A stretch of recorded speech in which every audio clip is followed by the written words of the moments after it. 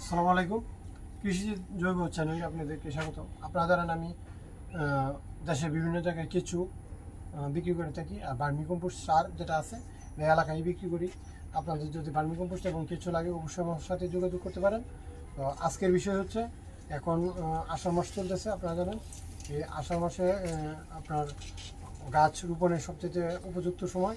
আর এই সময়ে যদি আপনি গাছ রোপণ করেন, দেখা গেছে যে 95% এই গাছটা আপনার জেতা হওয়া বা তাজা হওয়ার সম্ভাবনা থাকে। সেই ক্ষেত্রে আমি যেহেতু ভার্মি কম্পোস্ট সার উৎপাদন করি আর বিক্রি করি, সেজন্য আমি বলবো এখন যে আষাঢ় মাস চলতেছে এখনই হচ্ছে পুরোপুরি সময় এই সারটা ব্যবহার করার মতো। এই সারটা যদি আপনি সঠিকভাবে ব্যবহার করতে পারেন, তাহলে আপনি দেখা গেছে যে অনেক ভালো গুণাগুণ পাবেন, এবং সেই অনুপাতে আপনি এর ফলাফল কীভাবে পাবেন। ধরেন আপনি যদি ভার্মি কম্পোস্ট সার দেওয়া একটা সবজি ক্ষেত বা একটা ফলজ বাগান করেন, সেক্ষেত্রে আপনার যে সময় পানির দরকার, জৈব সার আপনার পানিটা ধরে রাখে। এবং জৈব সারের কাজটা হচ্ছে আপনার মাটিটাকে নরম করে শিকড়গুলোকে ছড়িয়ে দেওয়ার কাজ করে। তো আজকে আমি আরেকটু ছোটোখাটো করে বলে দিচ্ছি, সেটা হচ্ছে যে ভার্মি কম্পোস্ট সার কী পরিমাণে ব্যবহার করবেন। যদি এটা বলি, আপনি যদি মাদা সিস্টেম করেন বা গর্ত সিস্টেম করেন, ধরেন আপনি একটা পেঁপে গাছ লাগাবেন, সেই পেঁপে গাছটাতে আপনি সর্বনিম্ন, যখন ছোটো গাছটা লাগাবেন, সর্বনিম্ন আপনি 2 কেজি সার দিয়ে আপনি এই গর্তটা তৈরি করতে পারেন। আবার যদি আপনি পানের বরজ বা কৃষি খামারে ব্যবহার করেন, সেটা আপনি কৃষি খামারে দিলে আপনি প্রতি শতাংশে 4 থেকে 5 কেজি দিবেন। 4 থেকে 5 কেজি মনে রাখবেন, পানের বর সহ। পানের বর, তারপরে আপনার এই ধরেন সিম করছে, এখন সিমের সম্ভবত সময় চলতেছে, এরকম যদি আপনি শতাংশ হিসাবে দেন, তাহলে আপনি মানে প্রতি শতাংশে 4 থেকে 5 কেজি দিবেন, তাহলে আপনি এর ফলাফলটা পাবেন। অনেকে বলে যে 20 কেজি দেন, আমি 1 কাঠা বা 2 কাঠা 5 কাঠা জায়গায় দেওয়া দেখি কী ফলাফল। কোনো ফলাফল আসবে না, কোনো ফলাফল আপনি পাবেন না।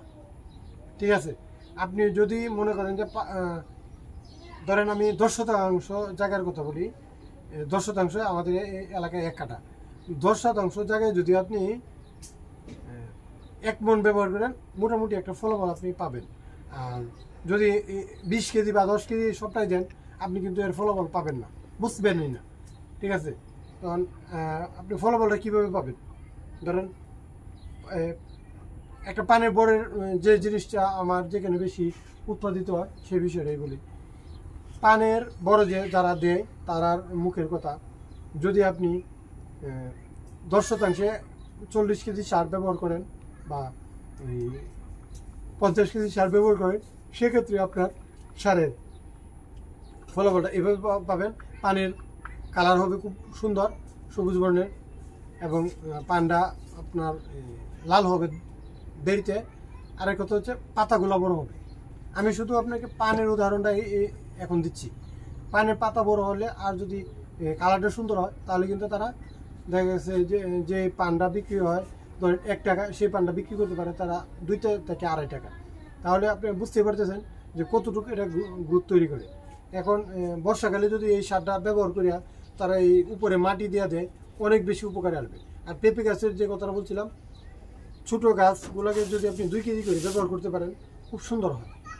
2 কেজি সার দিয়ে আপনি সারটা গর্তটা প্রস্তুত করে তারপরে আপনি এটা দিবেন, দিলে আপনার এর ফলাফলটা খুব টার পাবেন। কীরকম টার পাবেন? আবার কি এক নার্সারি ওলা বলছে যে নার্সারিতে আমার এই সারটা ব্যবহার করে, যে আপনার এই সার ব্যবহার উনি মানে যে প্যাকেটজাত করিয়া উনি খুব বিপদে পড়ে গেছে। তার কারণ প্যাকেটজাতের মধ্যে অল্প অল্প সার দেওয়ার কারণে দ্রুত গাছ বাইরে দেওয়ার পরে তারা কিন্তু এই গাছটা বেশি বড় হয়ে গেলে কিন্তু আর বিক্রি করতে পারে না, কারণ তারা এটাকে যখন ডেলিভারি করে বা ক্যারিং করে, হ্যাঁ, তখন কিন্তু এটা ঢুকে ভাঙিয়ে যায়। শুধু এইটুকু উদাহরণ আপনাকে দিলাম। এই মুহূর্তে আপনারা গাছ বেশি রোপণ করেন এবং এই সারটা বেশি ব্যবহার করেন, আপনি এর ফলাফল খুব সুন্দরভাবে বুঝতে পারবেন। তো আজকের মতো রাখলাম, যদি আপনারা পাশে থাকেন ইনশাল্লাহ আরও ভালো ভালো ভিডিও দেওয়ার চেষ্টা করবো।